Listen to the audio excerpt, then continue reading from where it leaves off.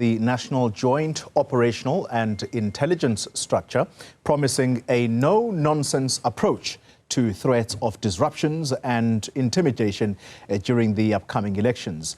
It's also promising to bolster security in hotspot areas to ensure that voting takes place in a peaceful and smooth manner. NatJoint's chairperson and Deputy National Police Commissioner is Lieutenant General Tebello Mosikili, who joins us in studio this evening. Deputy Commissioner, good evening to you, and thank you for your time. We don't have much time, you and I, but you certainly painted a broad picture earlier today. I just want to focus the attention on hotspot areas. Let's begin with that. Which are these? South Africa is a hotspot area for me, and good evening to yourself. Good evening to the viewers of Newzroom Afrika. I will reiterate that we don't take any area as light. We want to remain focused. We want to assure the citizens of South Africa and those that live in South Africa that we are looking at each and every area around the four corners of this country with an eye of a hawk to make sure that any person anywhere in the country who wants to go and cast his vote or her vote, it's doing so in a safe environment. So we are looking at every corner. We have taken our drills. We did simulation exercises across the country. But of course, you know that provinces are not the same, areas are not the same, even with our day-to-day crime reports. So those that are having high prevalence of crime will remain at high alert to ensure that we also look at the crime prevention initiatives in those areas. So we will focus on all of them. There is one particular province. I'm going to be very upfront about it, and that's because political observers, commentators have been talking about it endlessly, KZN. How worried are you about that area? Do you feel that you have a proper handle on it? We have a proper handle at KZN. We have a proper handle in Gauteng.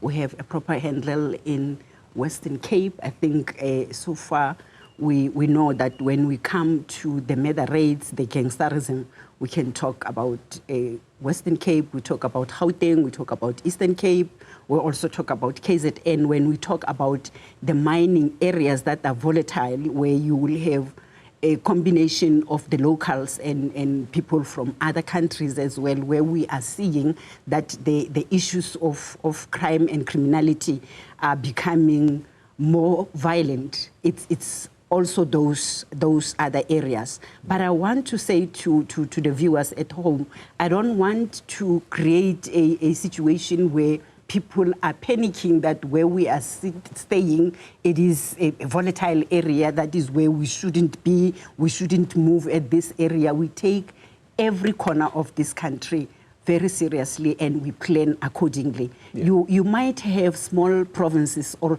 so-called small provinces, but they are vast in nature, and the polling stations are in a very deep rural, which then will require a better zooming in more than those that are at least in the better space that we know where we are having enough personnel deployed. So when we do the deployment, we use a similar criteria. We have our checklist where we are looking at the levels of security. We're looking at the levels of the risk assessment as we receive our risk assessment from time to time. That will tell you that at this particular area, you will have 5 voting stations that are at low risk. Then we deploy according to our ratio of the low risk voting stations. This one are at medium and high risk. So it varies from province to province and from area to area. Talking about risks, Deputy Commissioner, there sometimes are those rare calls, but it may not necessarily be something rare, bomb threats. Bomb threats, I know from previous experience, having watched these things play out, sniffer dogs will be brought in to make sure that the area is swept clean, and then you say, it's safe, you can go back and do your job. And talking about sniffer dogs, those are your K9 units. How well capacitated are you in regard to those going into this election? All our major provinces, actually, luckily, they do have units within the province. But as we are mobilizing, as we have mobilized, our plan is concluded. It's finalized, unless otherwise we'll receive other alerts. But we have spread all resources that we have across the country. Where we are deploying technology in the form of drone policing, where we are having helicopters, it's all 9 provinces. Right. The sniffer dogs, all our polling stations, especially those that we know are problematic, before any presiding officer or any official move into the voting station, there will be the sweeping of the voting station at all the voting stations that we're having in the country. Of course, I'm saying the level of risks are different from polling station to polling station, but we are not going to take any chances this time around. We have never did take any chances, and I think past experiences as well are assisting us into putting the plans adequate and proportional to be able to respond to the risks as the intelligence will be sharing with us on a daily basis. Then something slightly different. You spoke about misinformation, the vandalizing or defacing of posters of certain political parties, in fact, all political party posters, whether physical, as in the paper that you will see on the lamppost on the road, or even digitally on the phone. So I have a case already that I have read about this morning. The chairperson of the DA's Federal Council, Helen Zille, has been reported to the IEC for what is said to be spreading misinformation, because she allegedly went and altered a poster of the ANC, a digital poster of the ANC, and basically added words that were not there. Is that a matter that you plan to follow up on? Amongst our operational operatives on a daily basis, we also have roped in the legal gurus that will interpret every aspect as it comes in terms of advising those operational at various places, various police stations, when this type of reports are coming, to be able to respond. What we also did, and the viewers at home, we look at different scenarios. We play out different scenarios. In case this happen, how will the team respond? And we have rolled that out to all the provinces in majority. We are still continuing and will continue even with the desktop exercises to ensure that when we come to the cyber crime threats, we are all on the same page as a country, and we know as operatives how to respond to those. And we do have educational apparatus that will be assisting the operatives. Can I tell you what the difference is here? Immediately, we started talking about a possible crime that was done digitally, where that poster was altered. That's a deliberate act of doing wrong. Yes.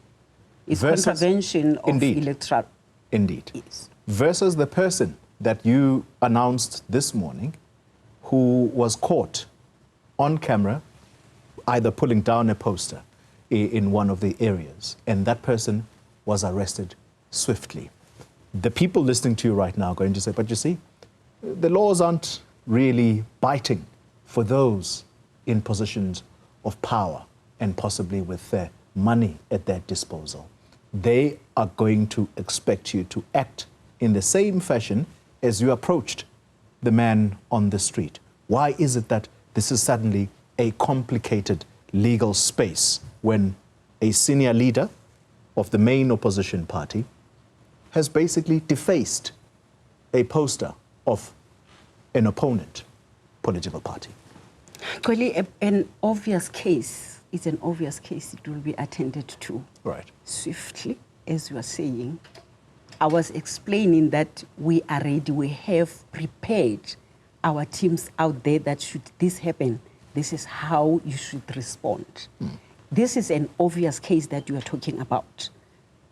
It will be attended to by the different teams that are dedicated for that kind of investigation to take it up.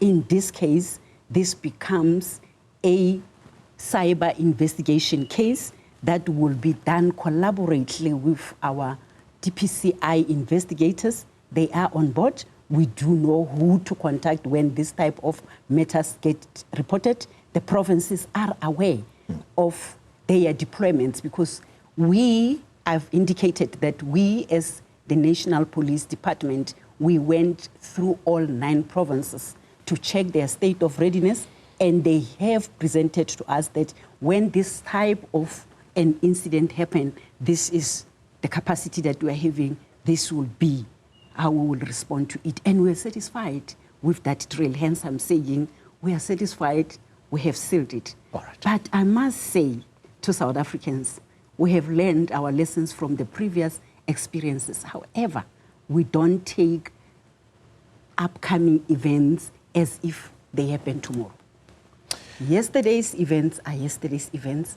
When we get to the new event, we treat it as that new event and we respond accordingly. But we do know that where we have found gaps previously, we have closed those gaps and will continue to do so. Even on this one, we'll debrief afterwards to say how can we be better going forward. Deputy Commissioner, final question to you. The IEC would possibly be your most important stakeholder between now, election day, most definitely, and days after the election when vote counting begins. How frequently are you talking to one another, yourselves and the IEC, and are they satisfied with your state of preparedness as law enforcement? Because from time to time, when we do presentations to different forums, we do collaboratively. Yeah. When we sit with our plannings on a weekly basis and daily as we are coming closer to the elections, we are working like a brother and a sister that gets home in the same household, same kitchen to share the dish, because we need each other in this one. We need all other role players, but as you are saying, in this case, the mission is on IEC. Hence, we are looking at how can we make IEC and others work swift, safe, productive, effective as possible. We're working every day. And if there are any issues that needs clarity, it's just a phone call away. All right. Nat Joints, Chairperson and Deputy National Commissioner of the South African Police Service, Tebello Mosikili. Thank you very much for your time. Thank you very much, and thank you to your viewers. Thank you indeed. All right. When